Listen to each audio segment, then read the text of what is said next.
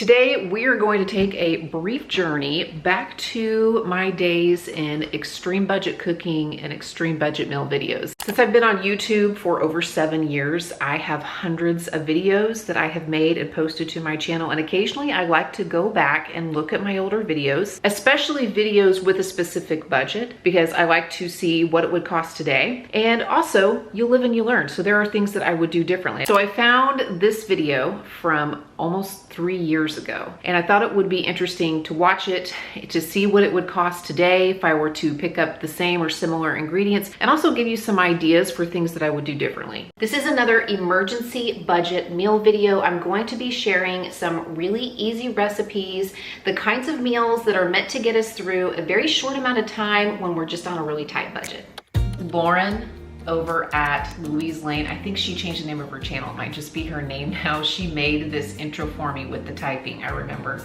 Most of us find ourselves in a position at some point in our lives where we need a little help. So I hope that there is something helpful or encouraging for you today. Okay, right off the bat, this has nothing to do with the budget meals, but I remember this haircut.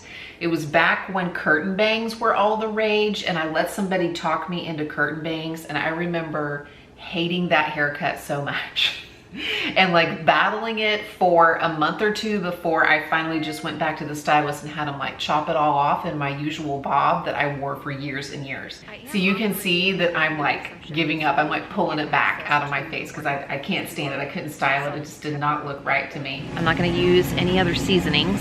You may not even need the oil. I'm not sure yet. Depends on what I end up doing. But it's nice to have on hand.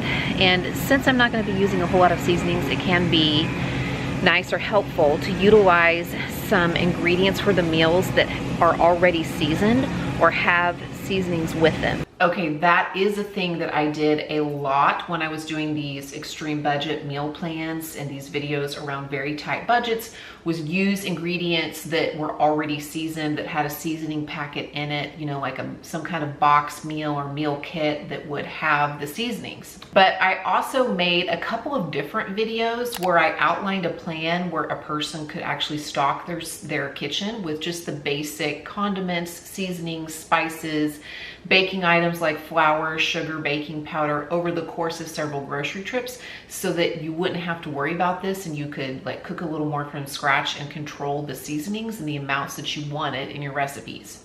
Ultimately, that's something that you're gonna need to address if you want to save money, is making sure that your kitchen is stocked appropriately for cooking your meals at home. I'll see if I can track those videos down and I'll leave them linked in the description box below. And Great Value does have a store brand of this. They have a lasagna kind that I think I'm going to utilize for one of these budget meals, and I'm gonna add some things to it. I think I'll pick up a can of tomatoes, some kind of tomatoes, and I think I'll also pick up some cottage cheese. I feel like cottage cheese is sort of an unsung hero. I still feel that way. Cottage cheese is still an unsung hero. You know that I love cottage cheese. I still mention it all the time. And since I won't be using any milk to make this according to the package directions, I can actually use that cottage cheese.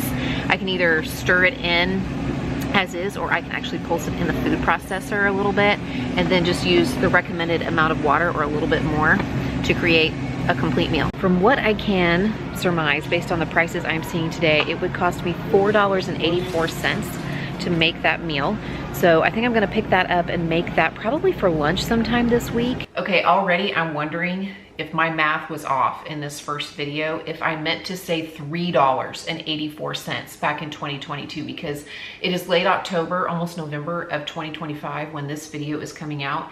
And when I put those 3 ingredients, the store brand Hamburger Helper lasagna, the petite diced tomatoes in the store brand, and then the store brand of the cottage cheese, it comes out to $4.48 today, which is less than I said it cost back then. And so now I'm pulling out my calculator and I'm thinking, okay, I think those box mixes were $1.12. Don't ask me how I remember that. I can't even remember where I put my sunglasses, but I can remember what store brand Hamburger Helper cost 3 years ago. And then I showed the price of the cottage cheese, which was $1.19. $1.98. So if the can of tomatoes cost 74 cents back then, which sounds like it might have been about right, that would come out to $3.84. So I think maybe I was $1 off in my initial estimate. But today, those 3 ingredients still under $5 at Walmart. I was a big fan of Hamburger Helper growing up, and my kids liked it when they were little too, but the last few times I've purchased it and made it, it just has not tasted the same. So let me tell you what I would do now instead if I was looking for like a really cheap pasta meal. I would pick up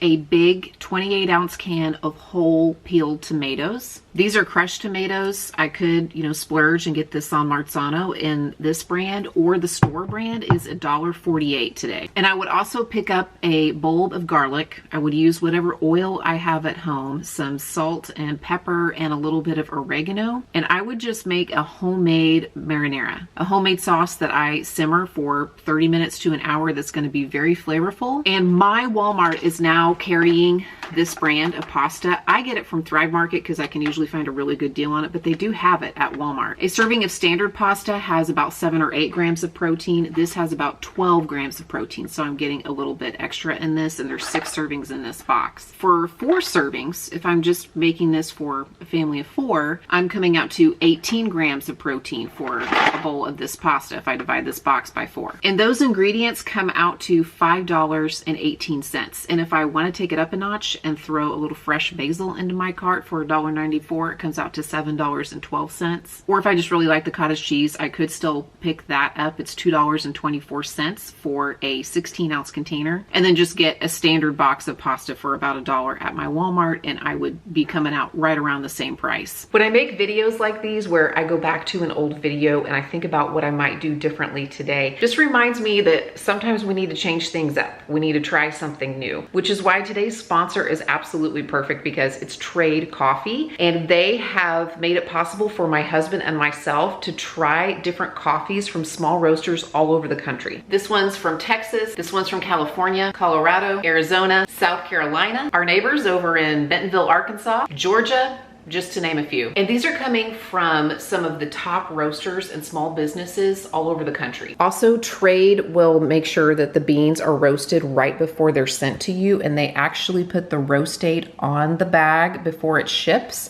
So you can see that these beans have been freshly roasted. They have not been sitting on a store shelf somewhere when they arrive in your mailbox or on your doorstep. And whether you prefer cold coffee or hot coffee, whether you brew it using a pour over like my husband and I do, or you brew it in a coffee machine, whether you like your coffee already ground or you prefer to grind your own beans, there is something for everybody who likes coffee with a Trade subscription. With Trade, I can pause my subscription, I can adjust my subscription frequency, I can rearrange or choose the different coffees that are coming in my subscription. I can even cancel it at any time. But if you're still on the fence about trying it out, you can get 50% off a 1-month trial subscription when you follow the link in the description box below, or you go to drinktrade.com/cmindymom. Drinktrade, TRADE.com/cmindymom. They're so certain that you're gonna like it that if for some reason you don't care for the first bag of coffee that you get, they'll send you another one. Again, that link is in the description box below, or you can go to drinktrade.com/cmindymom for 50% off a 1-month trial with Trade Coffee. And thank you again to Trade for sponsoring today's video. I really wanted to include one meal option with ingredients from Dollar Tree. I don't find myself in Dollar Tree very often anymore, but I do understand the convenience of being able to just run in here and grab a couple of things to make a quick meal. I've done that before. I've made videos about it before. Yeah, I still feel that way about Dollar Tree. In fact, I can't remember the last time I made a Dollar Tree video for you guys. I'm just not a big fan. It's not that I never shop there. There's a few things that I'll go in and get, like greeting cards and hair ties and things like that. But as far as food goes, I just don't think it's a very good deal. I think the prices actually aren't that great for what you're getting. This is going to make a really flavorful, filling meal with these simple ingredients, and I'm sure you can figure out what it is I'm gonna do. But I think that the key with this one is in the preparation to really bring out the flavor. And now I'm gonna add a few tablespoons of oil to my pan, and I have sliced up my sausage, and I'm gonna put that in the pan here along with 3 cups of rice. I want this all to brown together. It's gonna give it a little bit of extra flavor, especially the rice whenever we brown it in the oil and with the sausages as well. And the sausages are gonna have a little heat because they were the spicy kind. The peppers and onions and the sausage and the salsa that we're about to add are going to add a ton of flavor. So I'm just gonna season this with some salt and pepper. It has soaked up the oil and the extra moisture from the frozen peppers. So now I'm gonna add my little jar of salsa. This is 8 ounces, so that would be a cup of salsa if you were just using this from ingredients that you have at home. And I'm also gonna add 4.5 cups of water. Since I'm using 3 cups of rice, I need a lot of water to make sure I get all my salsa. I'm gonna stir this all together.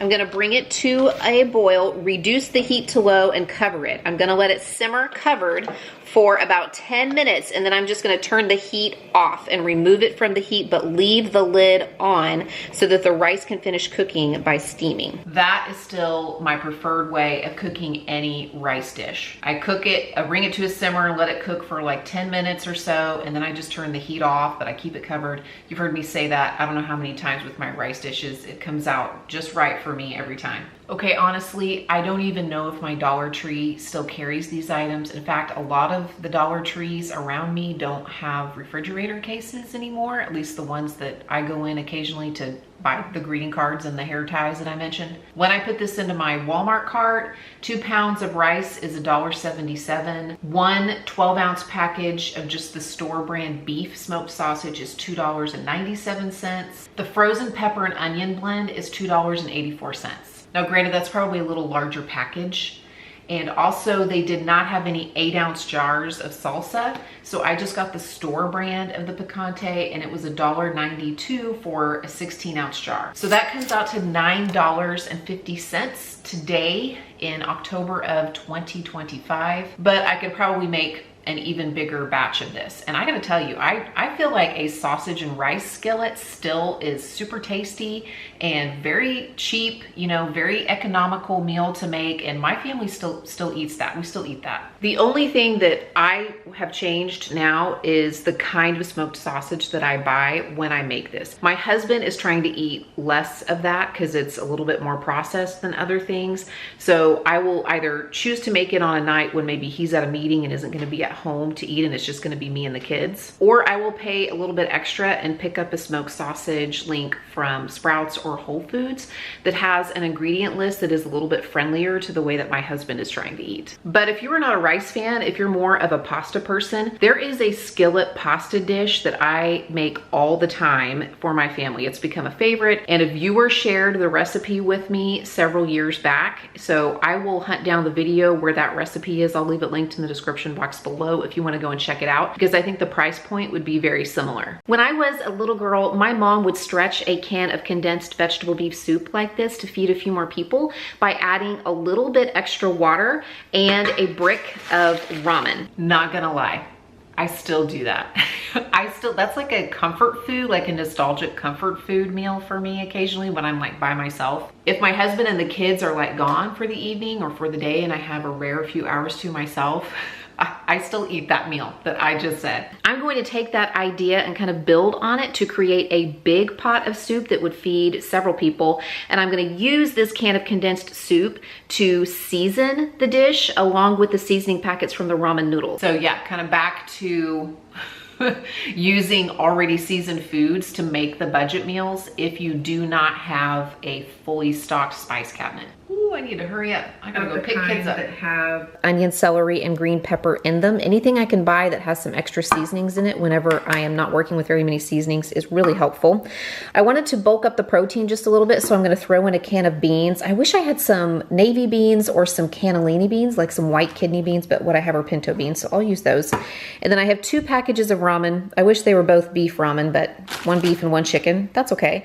So I'm going to throw everything into a big pot along with the seasoning packets from the ramen, but I'm not going to put the noodles in yet. I'm going to put everything into a pot on the stove, and I'm going to add probably 1 or 2 cans full of water, and I'm going to let that simmer together for about 30 minutes or so. The ingredients for this big pot of soup cost me $3.84 at the time that I'm making this video.